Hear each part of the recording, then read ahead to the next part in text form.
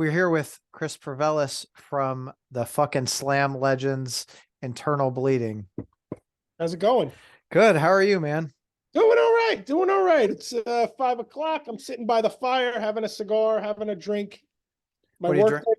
my work day is over. Hell yeah. What are you drinking? Eagle Rare bourbon. Okay. Yep. It's quite tasty. Reasonably priced. So can't go Yep. wrong. What's it go for up there? About $40 a bottle. Okay. Yeah, that's about I think that's about what it goes for here. Oh, wait. My wife just told me to jump to 70. Oh shit. So it was It is. I'm the one that buys it. It's 70. it was $40 a couple of months ago. Yeah. Yeah, not anymore. Inflation's a bitch. Yeah, man. All right, so we'll just jump right into it. You're a huge Black Sabbath fan. Me, yes. Yes. Absolutely. 100%. Are they like your primary influence with music? What made you go, I'm gonna play? Yeah. I had discovered Black Sabbath when I was 4 years old. And I love this. I mean, I can like it's like it happened yesterday. My sister was old. My sister is older than me, quite a bit older than me, and she was playing Black Sabbath in her room, and I heard it, and I'm like, what is that sound? Now, I didn't really know much about music or anything like that. I was 4 years old, ran into her room. What is that? What is that? What is that? You know, and she showed me, and that was it. That's what I want. That's what I wanted to do. I wanted to somehow make however those people were doing that. That's what I wanted to do. Hell yeah. So yeah. So ever since 4 years old, I've wanted to kind of like be in a band and play heavy music. Yeah, Black Sabbath, I think was the start of it for a lot of people. A lot of people my age, it's funny that you mentioned that. I know a lot of younger, like our bass player, Ryan, is very young. And, he'd never even listened to Black Sabbath. Oh. I got him into him. And, one day he's like, he always makes fun of me because all my Facebook posts about Black Sabbath and stuff. He's like, you got to stop with that shit. Blah, blah, blah. I'm like, have you ever really listened to them? So I sent him a couple of songs to listen to, and he wrote back and he's like, that's pretty fucking sick. I'm like, yeah. And it's 50 years old, and it's heavier than most anything that's out today. The music they wrote is fucking timeless, dude. Oh my God, it's unbelievable. It's unbelievable. I mean, I've been chasing those riffs for trying to put my own spin on them for years, but it's still not there. You know what I'm saying? Yeah. Well, it takes the whole band together, they just a really good band, right? Internal Bleeding. It's God, I'm going to brain fart because I do this a lot. It's the sum of the parts. It's the sum of the, I know what you're saying. It's the sum of the whole parts. Yep. Everything just comes together just perfect. Yeah. And that was lightning. That original lineup was lightning in a bottle, and we're all better for it. So. Yeah. Yeah. Now, I'll tell you, for so many years, I was like, I wasn't a big fan of the Dio era Sabbath. And I don't know, maybe 2 or 3 years ago, started to get into it. And I'm like, you know what? Like I can enjoy it. It's not Ozzy era. It's still really good though. Mm-hmm. And it's like, I don't like it as much. I don't like the Dio era as much.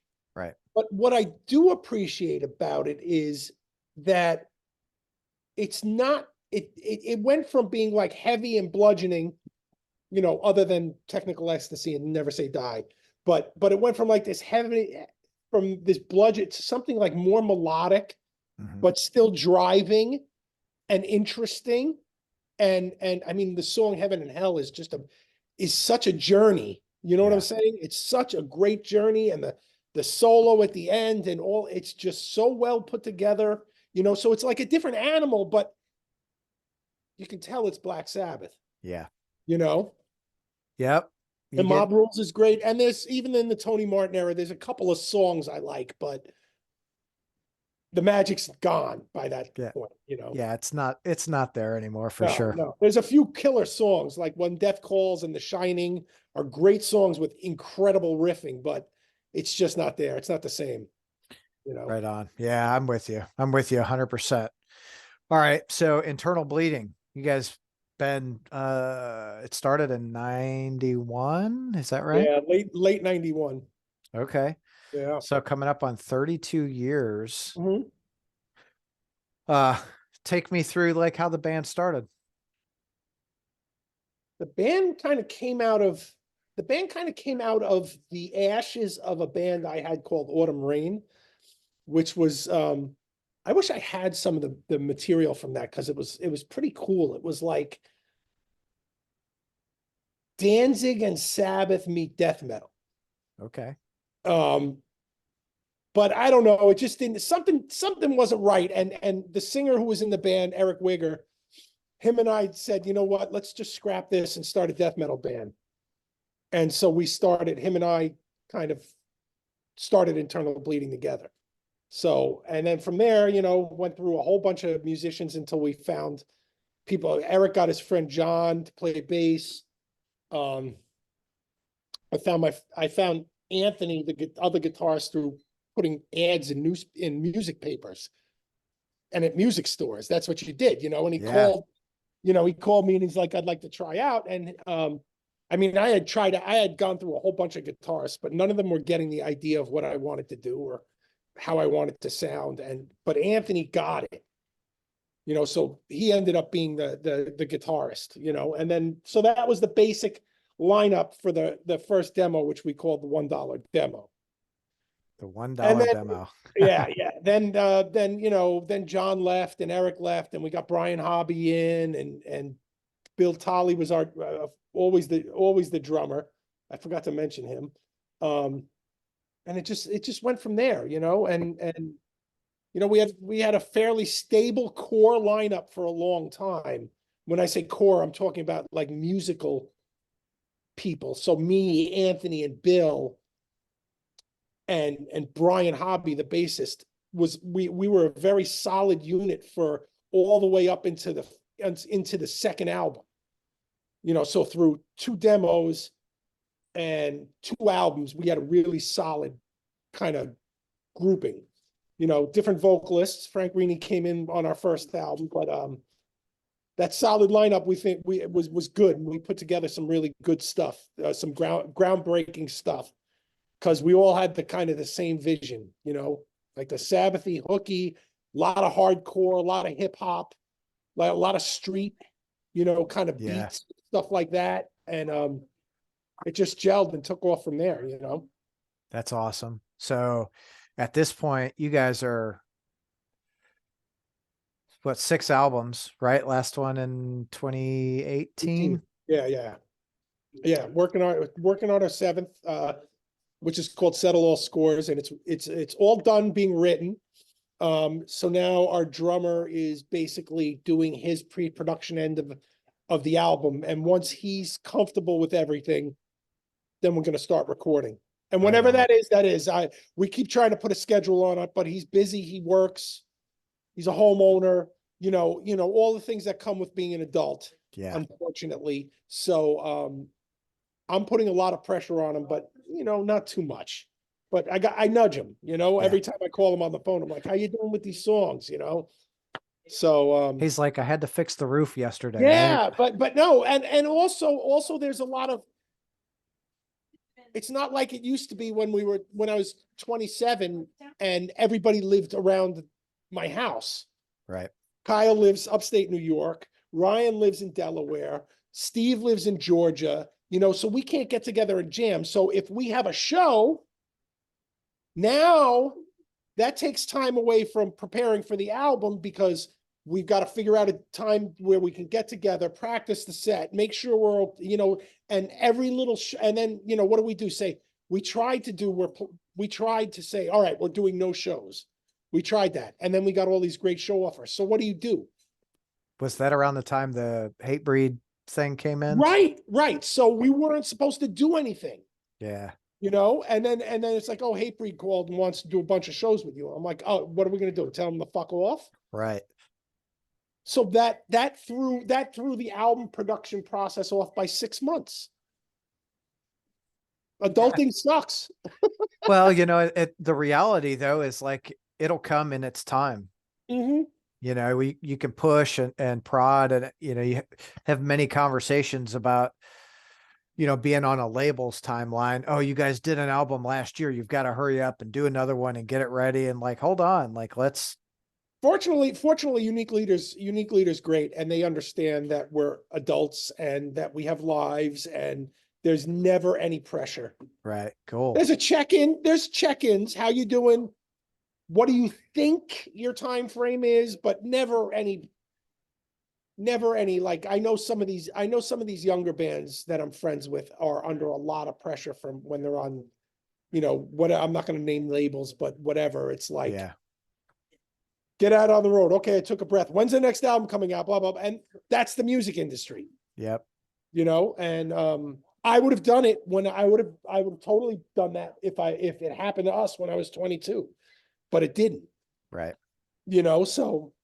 Well, again, all in due time, right? Like, Yeah. I think now's a really good time for internal bleeding. You guys are getting a lot of notoriety, a lot of new fans coming to coming to your base. It's great. I mean,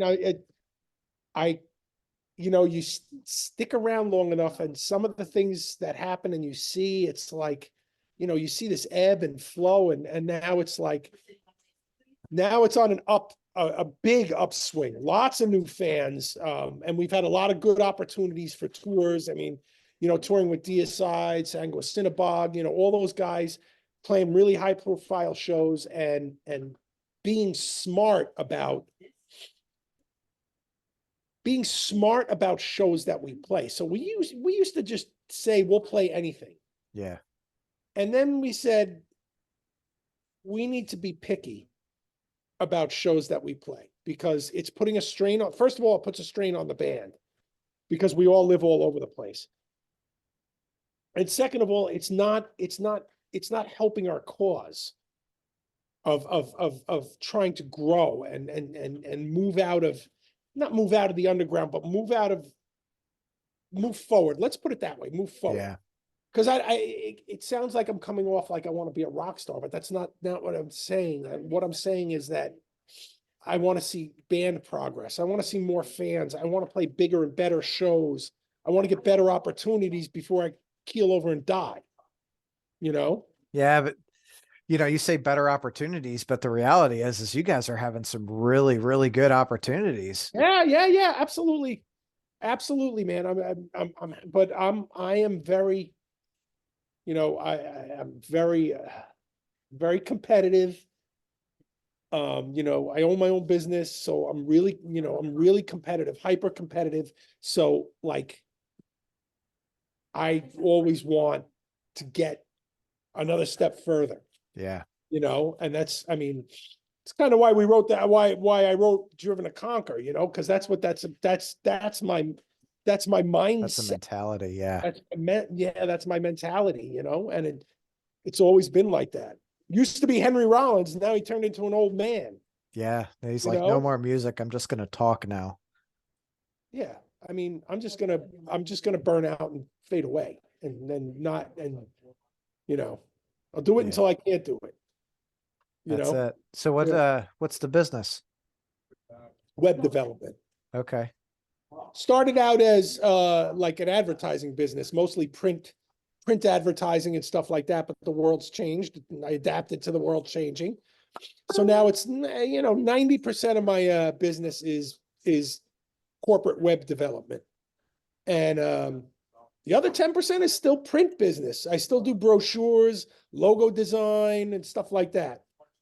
Yeah, that's cool. There's still, it's like it, I'm probably, I don't know, not too much. I'm probably close to your age a little bit.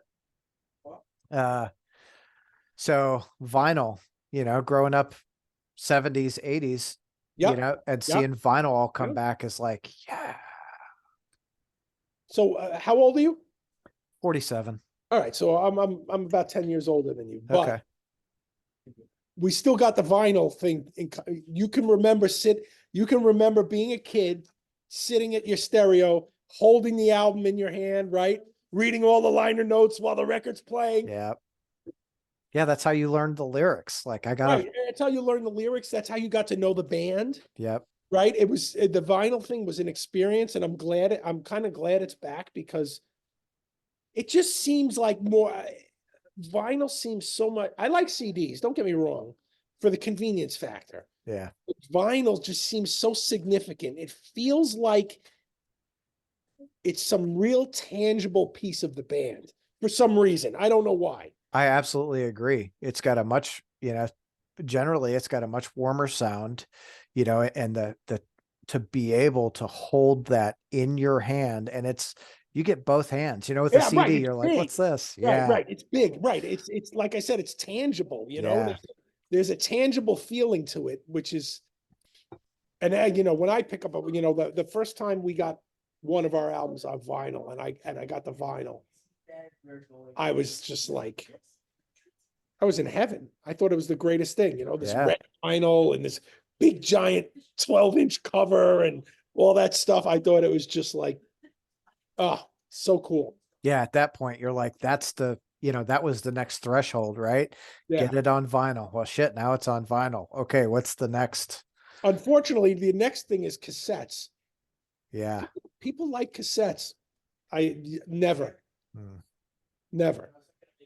Nah, I could just remember with the pencil, this constantly fixing cassettes, or if my tape broke, and taking a little piece of tape and trying to splice the cassette tape back together. yeah. So you could hear it. I gotta hear it again. I don't want to buy another one. Yeah. Yeah. Those were the days.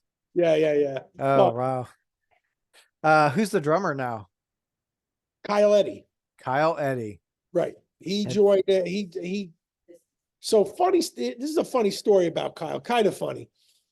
In 2000, it's like 2004 or 5, Bill, our drummer, couldn't do a tour. And I think it probably was on MySpace that an ad went out that we need a drummer for an Internal Bleeding tour, and Kyle answered it. Kyle's like 16. His father drops him off, at this. Now, I wasn't in the band at the time because I took a break because I was starting my business. Mm-hmm.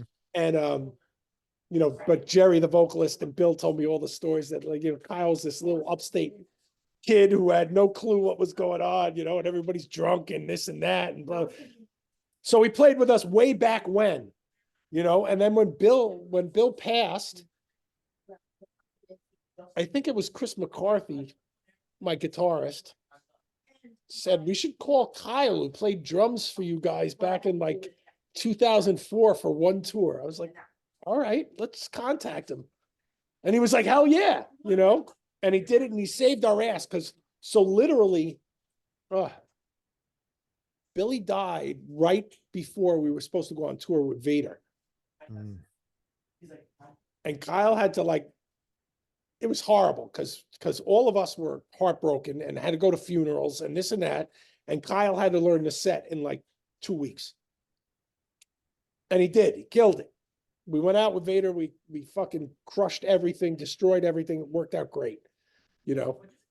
Yeah. It's so he's our drummer, and he's a great guy. He's a lovable guy. He's funny. He's a maniac on the drums. He might not be Mr. Technical Drummer, but he is the craziest drummer on stage.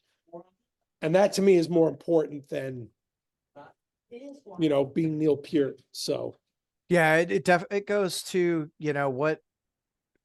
where's the gel come from on stage? It's not you've got all your technical people, and then you've got your people who just really come together and throw down. And there's so much technicality now. Obviously, I like a lot of the technical stuff, but I really enjoy some of the, the raw, let's just get together and jam, dude.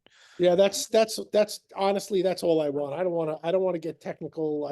I can appreciate it. Listen, I love jazz. Jazz is my favorite style of music, which is very technical, especially fusion jazz, which is my sweet spot. But Like, I don't want to be on stage at that. I don't want to be looking at my fretboard. I don't want to, I want to just go nuts and let out energy and write stupid, dumb, hooky riffs, you know? And Yeah. that makes me happy. It brings me a lot of joy. I don't care. That's all it takes, man. Just whatever makes you happy. That's what makes, my opinion is that's what makes a good band and a good album. You don't do it for any other reason than it makes you happy. Right. Right. Right. You can almost always tell when a band's like, okay, we're going to put this band together and we're going to go and we're going to do this very specific thing. We're going to tour the world. We're going to sign to a label, all this blah, blah, blah. And it's, I don't know. It's, what? boring. Yeah, it is. And you know what? I am very fortunate that I don't have to do this for a living.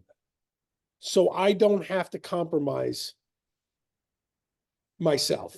Right. You know what I'm saying? Yep. Now, I can say that back in the day, we did get a rather large offer and interest from a very big label outside of death metal. Like Warner Brothers sized. Mm-hmm. And they wanted us to change Frank's vocals. And we said no. So I'm pretty proud of myself, even though I kicked myself in the ass at the same time. I'm pretty proud of myself for all of us saying, fuck that, they can go suck it. Right. Yeah, this is our band. We're sticking with it. Right. This is what we believe in. And I probably still have that letter somewhere where they said, lighten up the vocals or whatever and send another demo or whatever. And I think literally wrote back that, we won't compromise the band. Thank you for your interest in blah, blah, blah. Yeah. Thanks for your interest. See ya. Mm-hmm. Yeah, that's good. I mean, that's keeping to your ethics, right? I kicked myself in the ass once in a while because I'm like, I say what could have been or whatever, but like I wouldn't want Frank at the time being on stage doing anything other than what he was doing. Right.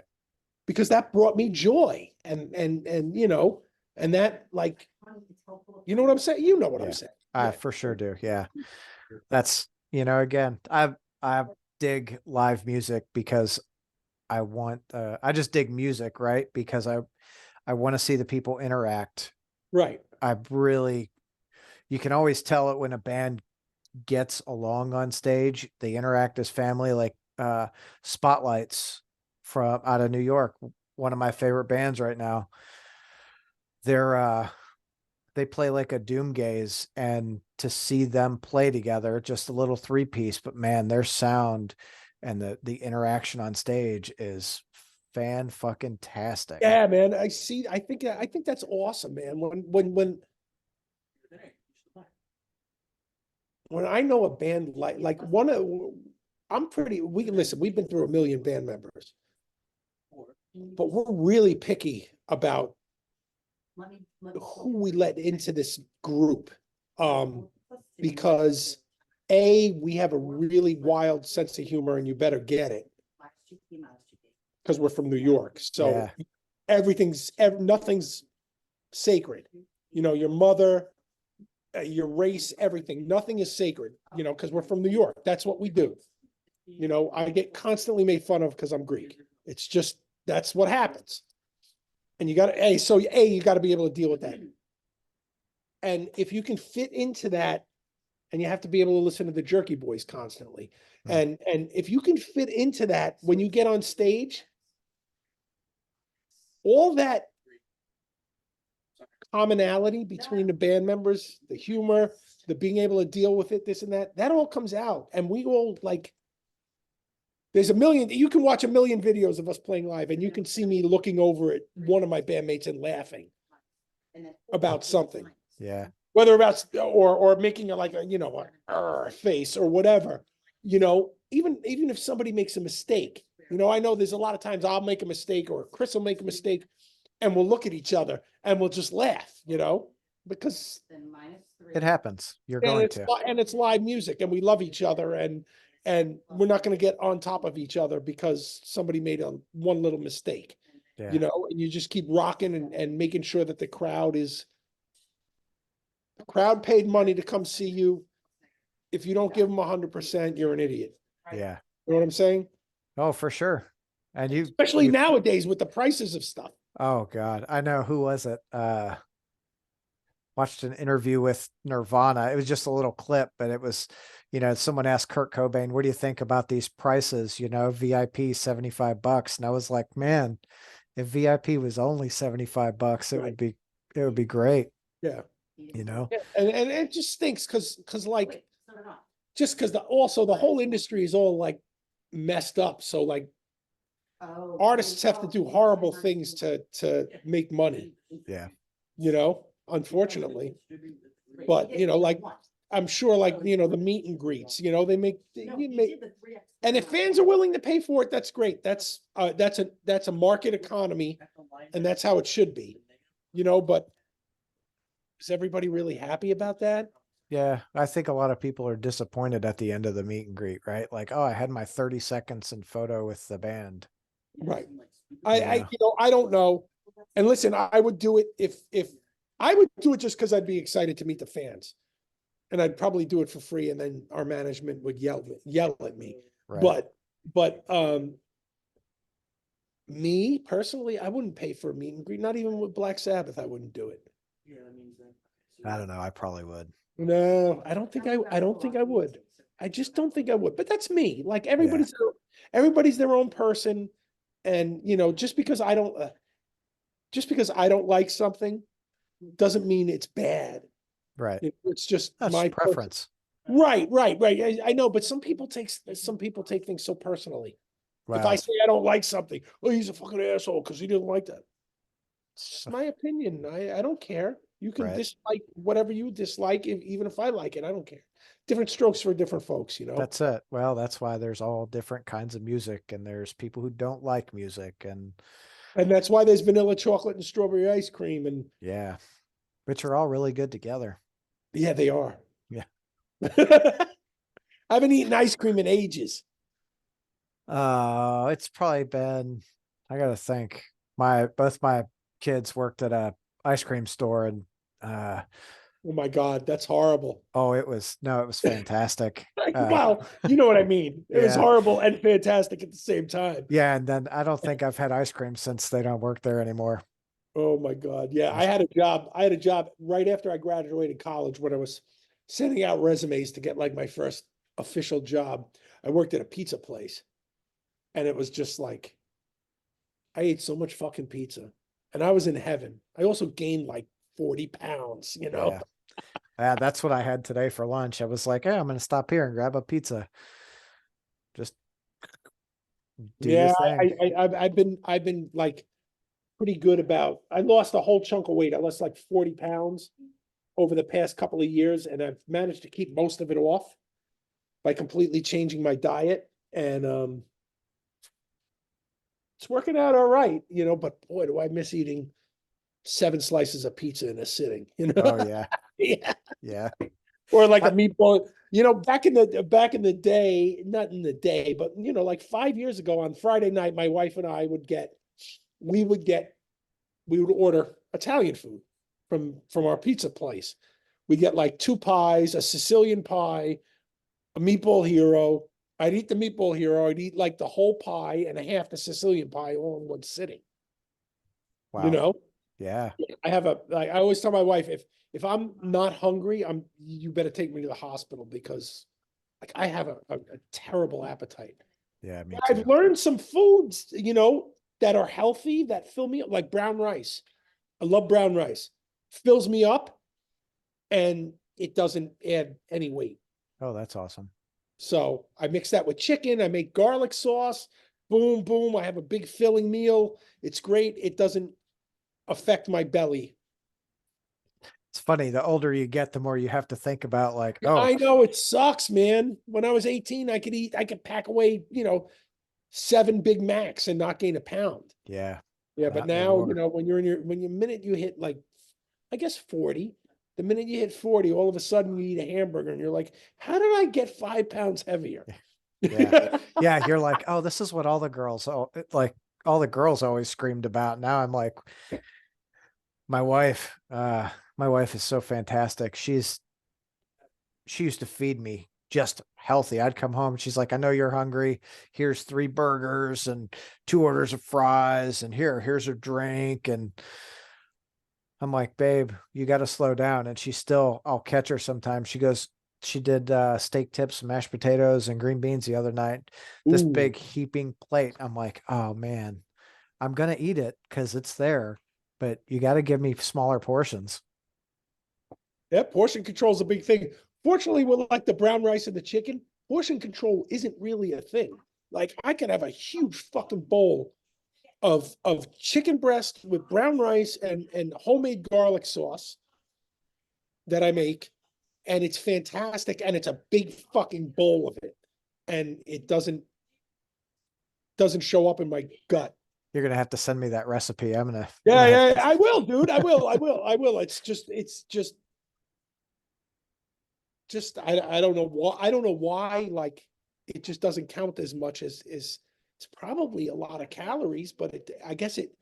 I know that like brown rice metabolizes fast and is very clean, and chicken's very clean, so it has something to do with that, yeah, and sugar and how it works. I don't know. I just know it works. I miss the big meals. Like I still get them once in a while, but man, if I could have a big meal every night, Oh, I I'd would eat it too, up. bro. I mean, so Friday night. So this weekend, my wife and I are going to upstate New York to. Me and Kyle are there's having an upstate New York metal awards night, and Kyle and I are presenters for best death metal band upstate New York. Right on. But my wife and I Friday are going up to a steakhouse for dinner, and I'm gonna eat like a fucking pig and not care. Yeah. Well, you got to have Yeah, those. once in a while you have to just throw everything out the window and just eat like a gavone and just, inhale as much meat and fried stuff as you can. That's always been my problem is like, I don't do it once in a while. Like when food's in front of me, I just, you know, Me too, and that's why I don't go. I try not to. I tell my wife I try not to. I try to avoid social functions because if there's food lying around, I'm going to eat all of it. yeah. Yeah. Just constant grazing. Right, like it's like a drug addict, like somebody who quit heroin going to a heroin den.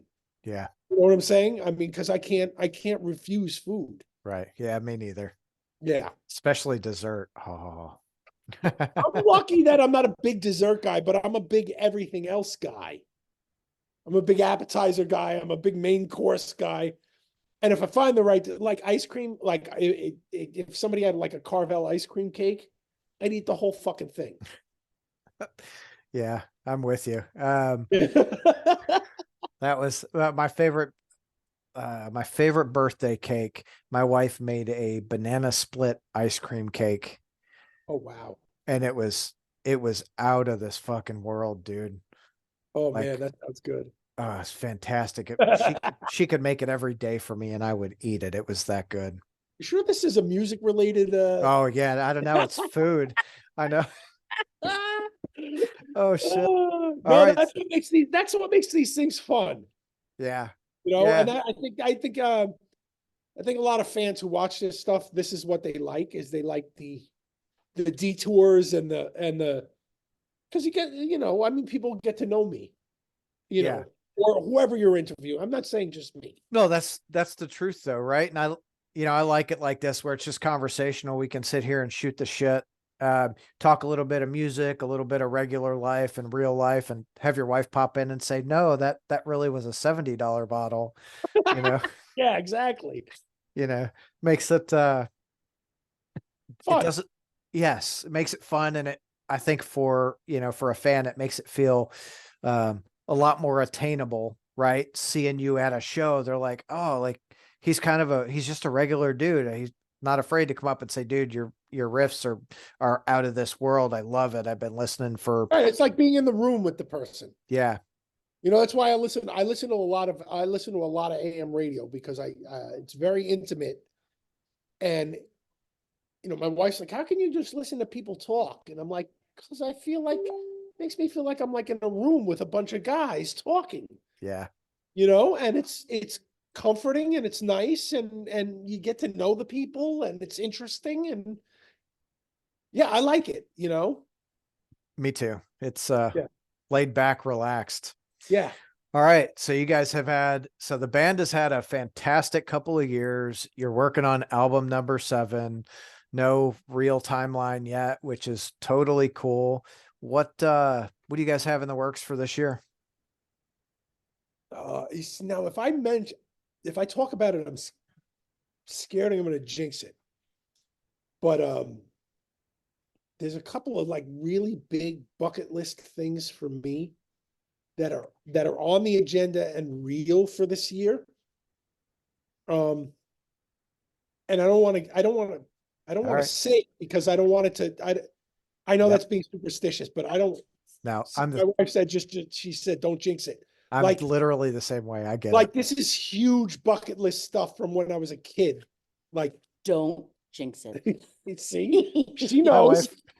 Hi, sweetie. I'm doing algebra with my son, so it's not going well. No. Have a drink. There, that'll help. So She just puts up with me. It's amazing. I feel the same about my So anyway, wife. I don't want to jinx it, but there's some really huge things that could be happening that are outside the continental US that are like things I've been dreaming of. Right on. You know, like a pinch me, I can't believe this might be happening. Yeah. So I don't want to talk about it because if it happens, I'm gonna be over the moon. So you know, I don't want to Okay. jinx it anyway. So if you guys are out there listening, send Chris all of the good vibes, juju, prayers, whatever you do, send it his way to make this happen. Yeah, 'Cause I make an old man happy, make his dreams come true, you know. And I can't complain. My dreams have already come true, you know. I'm very Yeah. lucky, but I want to keep the lucky streak going. For sure. Well, that's cool. I hope I'm sure that it's all going to come together. One of So them, I think is a lock because like we just kind of sealed the deal. So now it's like anybody would know who's in the music industry. Just because a deal is sealed doesn't mean it won't fall apart. right. But the initial deal is sealed and all the right parties are talking to each other and everybody's in agreement. So Hell yeah. bucket list item 1 looks like it's taken care of. Bucket list item 2, we'll find out about. Okay. It's going to happen. It's going to happen. I hope so. And honestly, even this conversation, it's all because of the fans. For sure.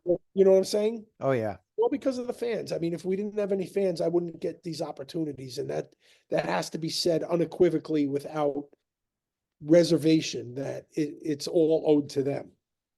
And that's another reason why when you see us on stage, we are like maniacs and give everything because it's always a gratitude thing with us, you know.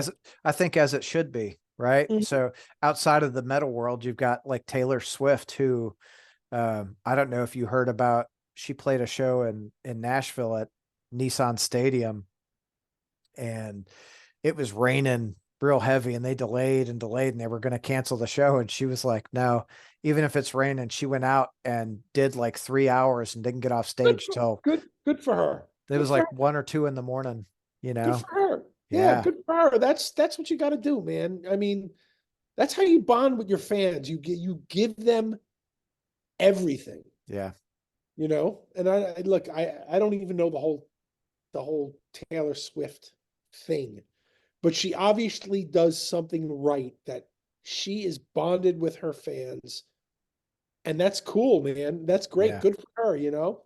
Yeah. I think, Fan of her music. I'm not a fan of her music, but I'm a fan of her commitment. yeah, You know what I'm saying? I second that wholeheartedly. Like if you played a song for me, I'd have no idea who it was, but I know who she is. I got a lot of respect for her giving it her all, that far, going till 1 or 2 in the morning, whatever it was. Like that's how more people should be, Yeah, I I feel. know. I know lesser bands would say, "Fuck that, we're not going to play in the rain." Yeah, me too. I know, and Yeah. I know in our industry, what the music, the circles we run in, there's bands that are like that, Yep. which is like fucking mind blowing to me. But whatever. Yeah, like what they did it at Blue Ridge last year. I think they shut down day 1. There was a band from Michigan, Heartsick, had a generator, and there was a tent. They went and set the generator up in the tent, and bands were coming through and playing for all the Awesome, fans. Yeah. awesome. We just played last what 2 months ago. I don't know. I don't remember how long ago it was. We played the Mexico Metal Festival. It fucking rained cats and dogs the entire time. Hmm. And it was an outdoor festival. And props to every band that played, because every band fucking dealt with the rain, dealt with all that. And nobody pulled any rock star bullshit, which was great. And the fans were great. They sat out there in the fucking rain the whole fucking 2 days and got soaked. And it wasn't a warm rain. It was cold. It was cold in Mexico. It was like 55 degrees, Oh, damn. 60 degrees. Just my luck. I wanted to get away from the cold weather, and I go down to more cold weather. But Not just cold and wet. right, yeah. But it was a great time, and all those bands put up. And I'll never forget. I was sitting I was watching Cryptopsy play, and the rain was just coming down. I was out in the crowd actually getting soaked, and they put on a fucking hell of a show, man. Right on. Rain and everything. They put on a hell of a show and didn't stop. And that's cool as hell. That's how it should be. Right. You That's know? how it should be. That's really, really good stuff. Yeah. Yeah, I love hearing those stories. So that's, I think that's why I brought up Taylor Swift, because I heard that story, I read that story, and it's like, shit, yeah. Yeah, More because people should be like that. Madonna, somebody like Madonna would have can't Madonna in her prime, not now. Like, I can understand when you're 65, you got to be careful. But Madonna in her prime would have canceled it and screwed her fans. Oh yeah. You know what I'm saying? Yep. And Taylor Swift didn't, and that's cool. That's super cool. Really cool. Yeah. Like I said, I can respect that. All right. So, do you guys have any US like tour planned coming this year? Nothing yet. We have a couple of regional runs. Like, we have a run through New York in August. Then we have a little run from New York to the Milwaukee Metal Fest that we're working on, and then we'll see what happens. Cool. But the fall is when those two. So we're kind of like, again, goes to the fact that we're all older and we have jobs and whatever. We're trying to keep our powder dry for October and November, where these 2 bucket list items are supposed to happen, because we'll be gone for a lot of that. Okay. So that will probably, if it all goes well, that'll probably take up most of the year for us, as far as taking time off. For sure. Yeah. Unless somebody offers us a big tour, I mean, we'll take it. But we don't have a new album out, so who knows what's going to happen. Yeah. Well, I'm excited to hear the new album. I'm really pleased with it. It's a very personal album for me. There's a lot of songs in there that are directed directly at people in the industry, without mentioning names. That's why it's called Settle All Scores. So it's going to be fun. It's going to be a very cathartic album for me. Okay. And it's something I need to do, because I don't know how many albums I have left Sure. at my age. So I have to get this out. So Get it out, get rid of that. It'll take a big weight off your shoulder. Right. Be ready to move on to album number 8. Yeah. Hopefully. Yeah. As long as my wrist still works and everything still works. Yeah. I might be 70, but Be pushing it. The the Rolling Stones of death metal. Yeah, well, people say that, it's funny you say that. I said, no, you should keep going, go as far and long as, well, the Rolling Stones don't live in a fucking van. Right. You know what I'm saying? They have beds to lay on. I don't. We still can't do the basics with beds. We do vans honestly, at 55, sitting in a seat and trying to sleep in a seat instead of paying money for hotels every night just so you can make money, it's rough. Yeah. Yeah, it sucks. It sucks. It sucks when you're in your 20s. It really sucks when you're in your 50s. Well, yeah, because even sleeping in your regular bed, you're like, you wake up, you're like, Yeah, hold on. right. Exactly. Well, I have the most comfortable bed in the world, so I don't. Sometimes I wake up with a tweaked back, but generally I sleep well. But like a van, no.